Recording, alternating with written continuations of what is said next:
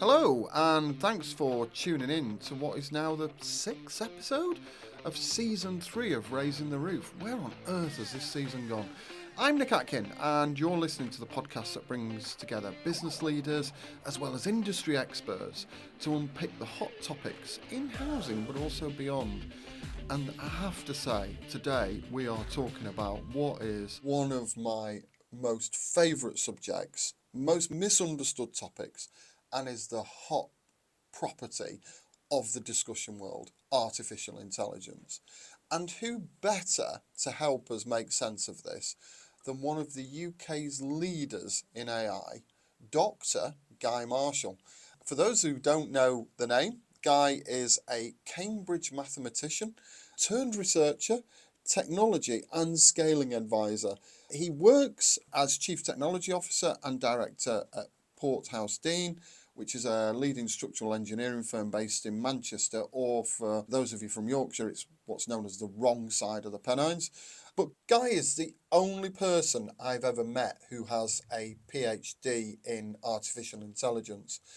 But he's also got a strong social conscience. He volunteers his time and skills 1 day a week and shares that amongst the Manchester Statistical Society, the RSA, and the Institute of Mathematics, and is a regular international speaker about AI, culture change, agile software development, and technical diagrams.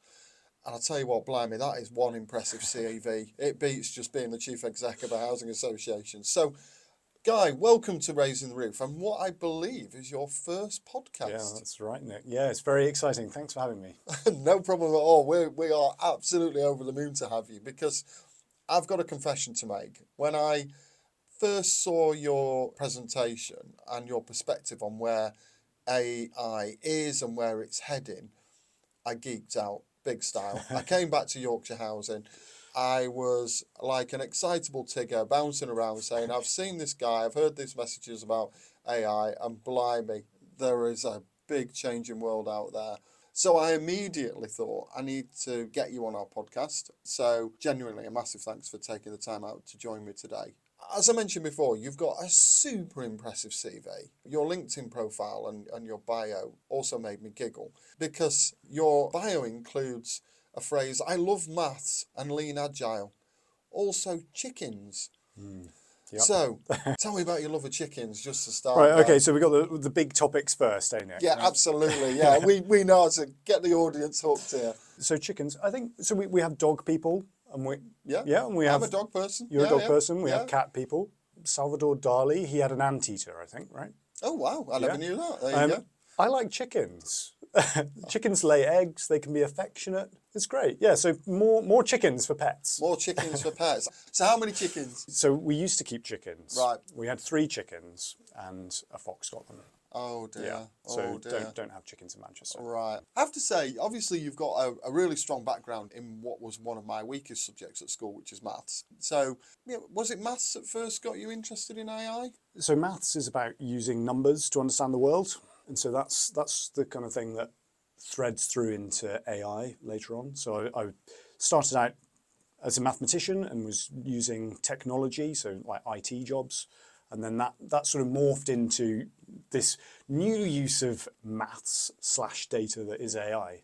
So that's kind of where it came from. And then after spending about 10 years working in tech, then I decided that I'd do a PhD while I was having my children. Oh, why not? It's such why an not? easy time Honestly, in life. like you're changing your nappies, and you're like thinking about research, and then you can do your like method and this kind of stuff while you're changing nappies. It's fantastic. Just on that, though, I think we know AI is developing at a huge speed, and it's transforming, interestingly, behind the scenes, just about every aspect of our lives. And, we were talking before about the rate of change and the pace of change before we came on air. Before we get to that, can you just take a step back and just explain, I suppose, in simple terms, what do we mean by the term AI and artificial intelligence? What's really at the nub of it? So it's interesting. The phrasing of your question was like, what do we mean by AI? And this sort of implies there is some ground truth here, right? So when we are talking about AI, it depends on who the we are, Right. to be honest. So a lot of the time I'm having conversations about natural language processing models. So there's one ChatGPT that many people will be familiar with. And when people talk about AI, sometimes they mean ChatGPT specifically, like as a particular solution, and that's what they mean. So it depends very much on exactly who's speaking. If we wanted to have a definition for it, for artificial intelligence, we might look back to Marvin Minsky, who was one of the first AI researchers. He said, AI is the science of making machines do things that would require intelligence if done by men. Right. So that was his kind of definition. And I mean, the problem with this for us nowadays is that brings in things like Excel almost does this, right? And it's not quite the essence of where things have gone. So perhaps machine learning, which is algorithms that adapt themselves, is a more fitting sort of definition to be using. But in general, AI can mean anything from a particular technology all the way through to artificial general intelligence, which would be something that was capable of thinking better than a human, right, in all areas. And we don't have that now, just to be clear. Okay, right, I might come back to that later, actually. It's interesting you touched on that, because I think one of the exciting elements is generative AI. And as I understand that, it's basically it creates content which feels like it's being put together by a human. It generates content based on content that it's seen previously. So a natural language processing model, which is natural language, so this is things like text, that will generate text based on the kind of text it's seen before. And the kind of text it's seen before was probably generated by a human. If you had something that was an image generation software, then it might not have been generated by a human. That's why I'm slightly labouring this. Right, so okay, it would generate things that are like what it's seen before. Right, okay. And that applies more broadly as well. So other generative AI things don't have to use either of those media. We're seeing things like video, for example. Right, okay. I'm glad you put that disclaimer down, because we did sort of have we thought we'd have a bit of fun as part of this process. And so we asked ChatGPT to come up with a couple of questions for the pod. So I've got two that it came up with. Firstly, what excites you the most about the future of AI? Solving wicked societal problems using data. So by this, I mean, it's become mainstream now, this idea of using data. It's been in supply chain and marketing for a really long time. But using data to support better decision making and better outcomes, particularly in like really impactful areas like education, climate change, the economy, using the same toolkit, that's what really excites me. Like, I think we'll be doing a better job of teaching people, we'll do a better job with medicine, and it's a fantastic time to be working with data, to be honest. Right, okay. So are you the coolest kid in school now then? Don't know about that. I mean, it's definitely, so the AI specialism is so in demand, it's really, really crazy. Like, I did my PhD before it was cool, so I wasn't the cool kid in school. But now it's very much, there's not enough people that understand enough about how these things work to be able to implement them well. And particularly like in organizations where there's cultural challenges internally and externally, and the implementation of just data systems. Like a lot of organizations will be going through digital transformations, which is almost a precursor to getting your data in the right place to being able to do AI. So we've got a lot of things happening where there's a real strain on the skills that are available. So your children, you've got two children, is two that right? kids, Yeah. What's your advice to them in terms of growing up, in terms of what are they going to be doing employment-wise when they're 21?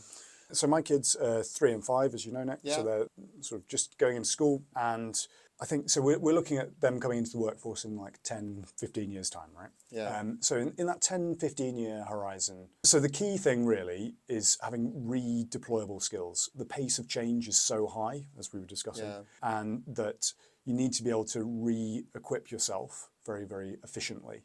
So the kind of advice that I'd be giving to my kids is around critical thinking, but also around social skills and mathematics. It's a language for being able to navigate problems. So I absolutely would advocate anything along that track. I think where it's actually a bit dangerous is where career paths are more at risk, is where it's highly specialized. So things like particular software languages, that's riskier than understanding software programming generally. And if they were going down like a knowledge work track, so something like accountancy or law, these are the things that we're seeing right now is getting a lot more of the automations coming online. So I think we're seeing a bit of a shift in the employment landscape already. Yeah. If they were going into management consulting, that would be not a good idea, for example. So there's, but for a bunch of reasons, Nick.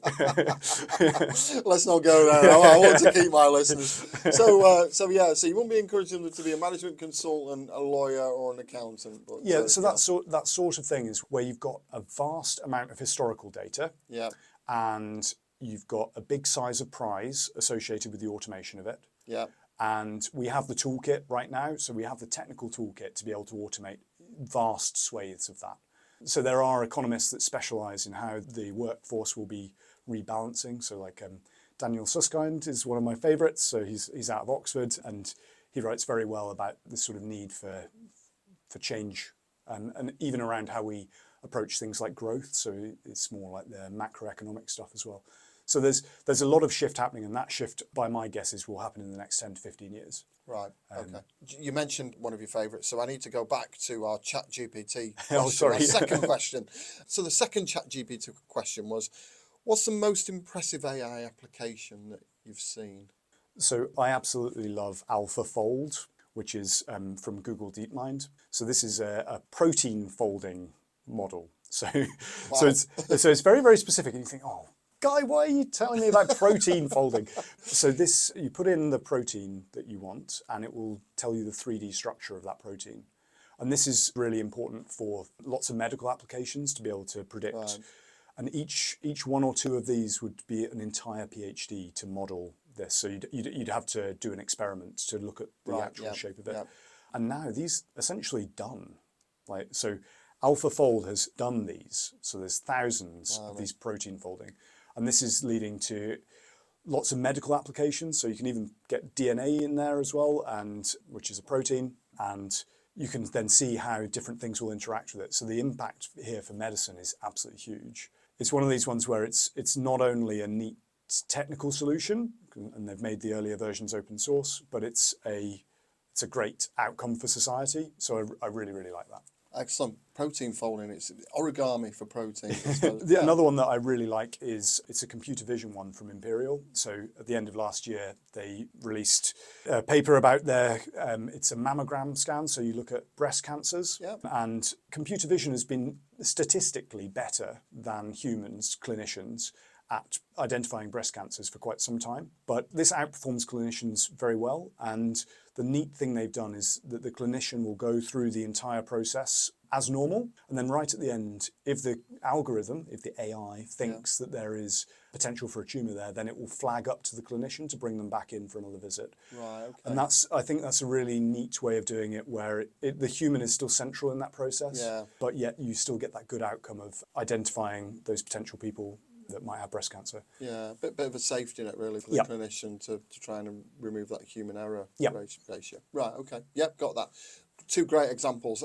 And I'm afraid the ChatGPT element's over, so it's back to my boring questions now. So, and unsurprisingly, I want to shift the focus to housing and how AI could potentially help solve the housing crisis, which we know is real and present.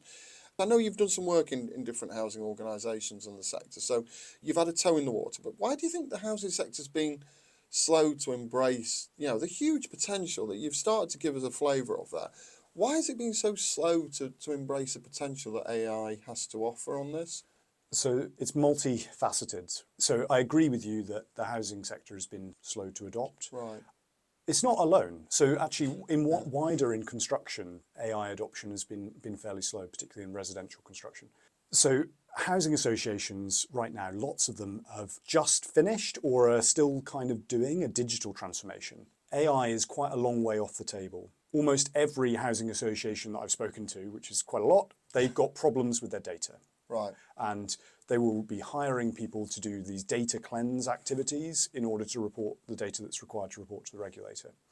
And so the conversations that they're having are very much more about, we need to report this data, not about wanting to predict things. So there's this sort of legacy thing, which is about this lack of digital nativity, which is there. And The regulator has like a reasonable role to play in that as well, because the regulator in housing, as you know, Nick, it really shapes the landscape. Yeah, So whether absolutely. it's about fire risk or damp and mold, these are really legitimate things to be regulating on, but that really shapes the priority for housing associations that are quite tightly strapped for cash, you know. Yeah. And data's a big one. The other one is about culture, the risk and investment attitude in housing. It's not willing to take risk. And again, that kind of comes from the regulator because of the governance scores which are given. Yeah. So you get the regulator kind of shaping the market in a particular way. And this isn't me, I'm not having a go at the regulator. No, and I'm certainly not. Just to make it clear, I'm definitely not having a go at the regulator. There's other things that play into this as well. So the housing associations are fairly fragmented. There's lots of them. Yeah. So that means the data is quite dispersed, you've got lots of different systems, and this makes it quite difficult to leverage the economies of scale that you get from using more advanced analytical approaches. Another thing is the barriers to entry and the small size of prize, to be honest, for startups. If you're an AI startup, you wouldn't think of going into housing. It's not an easy place to make money, and nor should it be. Right, like for social reasons. I get that, yeah. But this all plays into this mix of you've got a heavily regulated landscape, you've got this technical debt, and also this kind of cultural debt and skills debt, where we don't, in general, have staff at housing associations upskilled in the latest analytical techniques. Yeah, that's true. It's unusual to have data science teams. So the largest ones do have data science teams, but they're very much in the weeds. The odds are not in the favour of early adoption in the housing space. Okay. So let's spin that round and instead have a view of what the opportunity is. So how do you think AI can solve some of those problems? So, for example, here at Yorkshire Housing, our really clear long-term ambition is around changing the premise of the whole landlord service offer from being reactive to being preemptive. And obviously data and data analytics alongside the sort of open source data and real-time information from things like sensors, etc., is absolutely pivotal to that. But from what you've seen, because you have had, I suppose, opportunities from the outside in, look at the housing sector and think, blimey, there's loads of opportunities here. So if you were just to pick one or two, what would they be in terms of where organisations could utilise AI a bit more effectively and get some benefit from it? So AI, it's kind of like if you have a hammer. So AI as a hammer, you know. I think the right thing to do is to find the problems that you want to solve rather than say, I've got this hammer that is AI, what can I hit with it? That's a good point, yeah.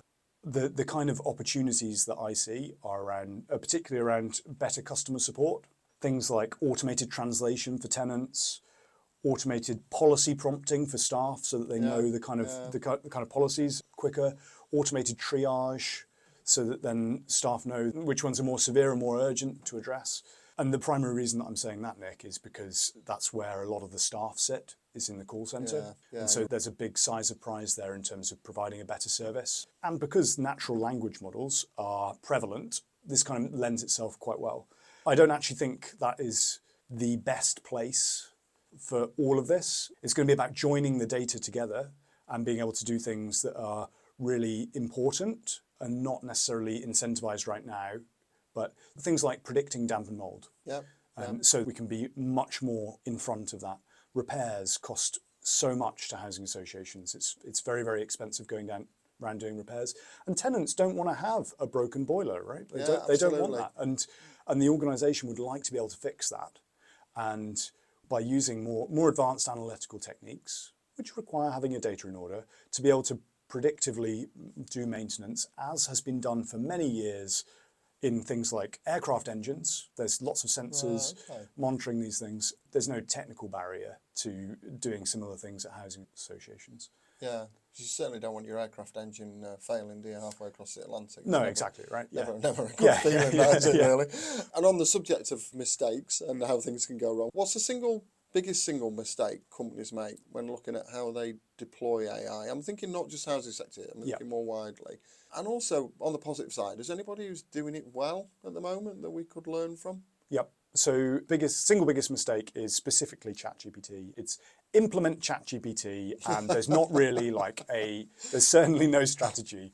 There's no problem to solve. It's just like, oh, this thing's here, let's use that. Yeah. That's a mistake, right? That's just taking on some risk without taking benefit. The good places that I've seen tend to be businesses that really run off data, and they've been running off data for a long time. So large retailers, I won't name any, but large retailers run very, very well off data.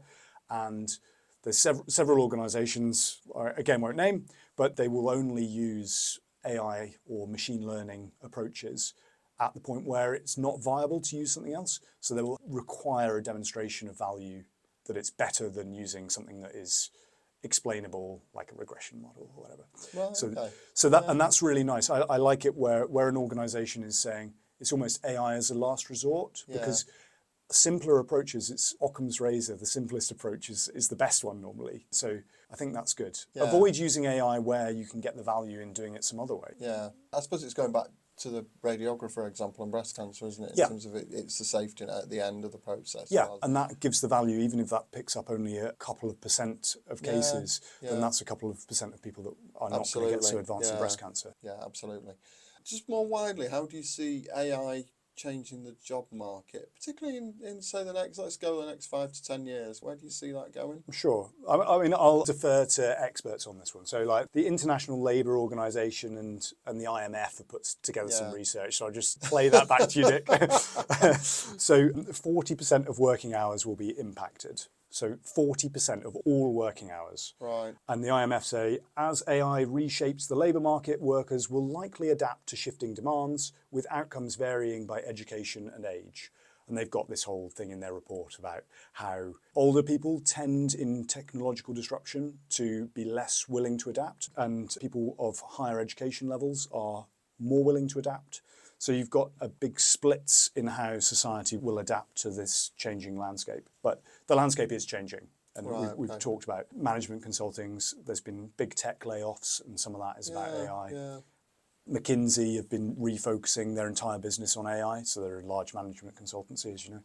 And Accenture have a chief AI officer, and they're advocating appointment of chief AI officers on board. There's a lot of understanding that things are shifting, but also there's, as I say, there's researchers that are working on this, what we should be doing. So topics like universal basic income are coming. Yeah, we've discussed that before on this pod actually. So yeah, interesting that. Yeah, so that's absolutely a key part of this, is how do we make sure that everybody is able to have fulfilling lives, and how work plays a role in that. Okay, right. Definitely one to keep an eye on. And I suppose we can't talk about AI without talking about the risks. And the first of these is that, as you've mentioned before, AI is based on historic data. So there's a risk there that it will homogenise or just reflect the status quo, i.e. what's gone on before. So what are the risks around that, particularly for housing, where we're dealing with groups of people who are perhaps not well represented in data, or where Western cultural bias has had a large influence on the data used in AI models? Any sort of thoughts or perspective on that? Yeah, so you're absolutely right to be wary of the risk in implementing systems that you don't really understand, to be honest.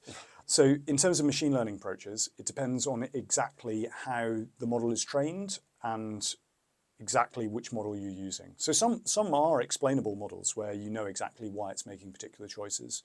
In general, though, things are a bit risky, and so I'd recommend small trials and developing or potentially fine-tuning existing models. You need some strategic leadership around how you're going to approach the problem space. I mean, this is fundamentally the same with any IT system. So you spoke about bias. Yeah. So there's bias in user interfaces, like how we navigate them. So Arabic is not read in the same direction as our text. We have to choose some sort of bias sometimes. Even the fields that we choose to put on forms, these are biased. They come with our values in some way. And it's not possible to remove bias. It's about understanding and managing our own bias and mitigating some of those risks and some of the threats that happen as a result of that.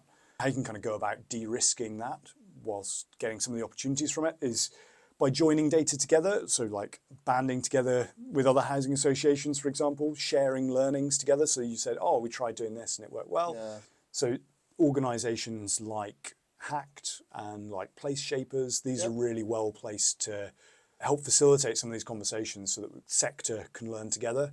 They can be quite expensive doing these kind of pilots. So it's good where we can learn together so that the cost is kind of lower over the sector overall. Yeah.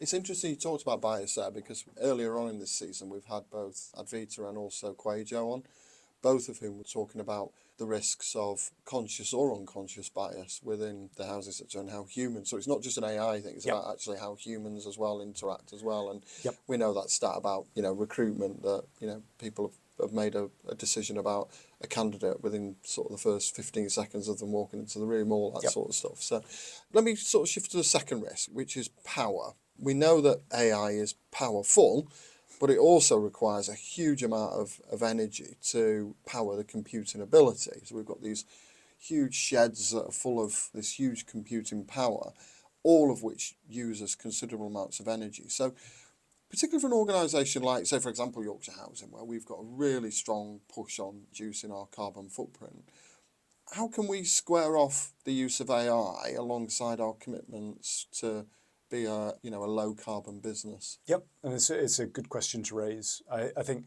so. Lots of people have been thinking about this because it is, as you say, using a huge amount of power. So Bill Gates, the philanthropist and Microsoft founder, he very recently said about the Breakthrough Energy Summit in London, he thinks AI will solve climate change. Wow. That AI will solve it through things like modeling fusion reactors or something like this. So AI will help this innovative process that means that we don't have to deal with climate change anymore. So some very bold claims of that sort of ilk. I would say we absolutely need to be measuring our carbon emissions. That's like the basics, right? And AI can use that data to help us to reduce our emissions. So for example, if you find you're doing repairs, how much carbon is each repair using? Oh, well, if we can use AI to reduce the number of repairs trips that are required, then we might look at getting some carbon savings elsewhere. The reality is that the carbon impact of computational power that our housing association needs will not be as much as the other emissions that you have. It's still important to track it, but things like cement and fuel, like construction, a very large amount of the carbon which is emitted is due to the built environment. Whilst it's important to address it, there will be big prizes within the work you're doing to reduce. It's a really interesting point you say about how you need to measure, yes, of course, the carbon that the computing power consumes, but offset that with what you actually save as a result of those decisions that you make. And I think certainly, we operate across a large geographical area, God's own country of Yorkshire. It's 100 miles north to south, 100 miles east to west, and, we have homes all over there. And so we've been working hard to try and reduce the number of miles that all of our colleagues travel, as well as, encouraging use of more sustainable transport as well. But it's really interesting because I don't think at the moment we necessarily collect that information, particularly in terms of the offset. So definitely one for us to take away on that. So, moving on, part of the pod now, which having somebody as intelligent as you in makes me incredibly nervous to do, but we have a feature for this season. Yeah, you may well get your revenge. It's Flip the Mic. So basically it's your opportunity to ask me a couple of questions, and I have to say I'm now incredibly nervous as I hand the mic over to you. Why, thanks, Nick. Thank you for coming on my podcast. Setting a slight James Bond type villain way. Right, so my first question. AI and data standards often appear in advice, such as the Better Social Housing Review and in HACT's housing data standards. And we've seen the recent addition of the regulatory requirement for collection of tenant satisfaction measures. What role do you think the regulator or government policy should play in facilitating AI-driven solutions for housing? Oh, right, okay. I think that the risk in all of this is that AI is viewed as a risk and not viewed through the lens of opportunity. So whilst there are risks, and I know that I've heard you speak before about, for example, how criminals are using some of the worm GPT, I think it was, etc., so which scared the life out of me. But I do think that needs to be balanced with some of the things that you've spoken about today in terms of how AI can be used as a real power for change and good.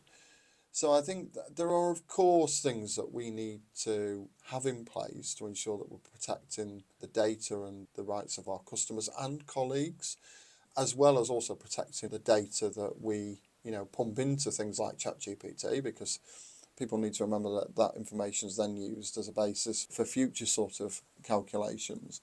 So I think the regulator has a role and the government has a role not to provide prescription, not to provide you must do this or you must do it in this way. I think it's more around having a really, really loose playing field, if you want, set the parameters, if you think of a football pitch, of actually, where the lines are, but actually to give organisations the freedom to move within those safe-ish boundaries that reflects the nature of their own individual business. So I think they have an enabling role, not a disabling role, and I think that they also enable us to perhaps, where there are common issues, to help have a bit more of a collective approach to how we respond to some of those issues. So the obvious one being obviously cybersecurity and issues like that. If there are trends emerging, perhaps where several housing organisations have been affected by ransomware or a cyber attack, that actually the regulator and or other agencies are able to provide early signposting, but also support and guidance in terms of how to avoid some of that. Cool, thanks. So I've got a second question for you. Oh dear. What advice would you give to other housing association leaders considering AI solutions? I think I'm going to steal some of your earlier answers. So you talked about needing to make sure that you've got good data in place. And I think for me, that's the starting point. So I think my first advice will be around just making sure that you've got good, reliable data. But also, I've been really struck by listening to you today that don't just rely on AI. That whole thing about test, and test again, and fail fast, fail cheap. But also having AI there as a safety net. It's not there to replace everything that we currently do, but it's there to complement and add value. So it's about being clear on what the question is that you're looking to answer. So I think you mentioned before, don't just use AI for technology's sake. Make sure it'll help you improve or tackle a problem.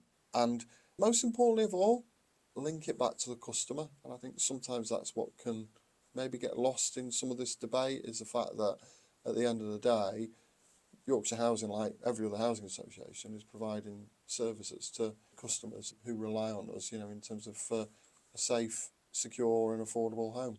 So that'd be my take on it. So now I get a chance to flick the mic back again, and it's the quick fire round. So what's more intelligent, a human brain, obviously not mine, or AI? Human brain, but ask me again in 5 years. Oh, great one. Second one, I was on a plane recently where they had a very small number of films. So I watched Terminator and it got me scared. So should we be scared? Will the machines take over? And if so, when? Machines are unlikely to take over, but you should be scared of the risks of AI. Great one. So final one, in just a couple of words, what are the key skills needed to maximise the potential from AI? People skills, because this is a cultural thing as well. Absolutely. Very much. Problem solving skills. Yep. Critical thinking and analytical skills. Wow, great. I can't believe it, and I am gutted, but sadly, it's time to close the door on this episode of the podcast. Guy, I just want to say a massive thank you for sharing your insight. There's a huge amount to think about from what I've heard today and what you've shared. It's been a fantastic discussion. But can I also say thanks to everyone for tuning in and for listening, and just one final ask from me. I hope you'll join me for another episode of Raising the Roof, so please hit the subscribe button from wherever you get your podcasts. But until next time, unless a machine takes over, goodbye.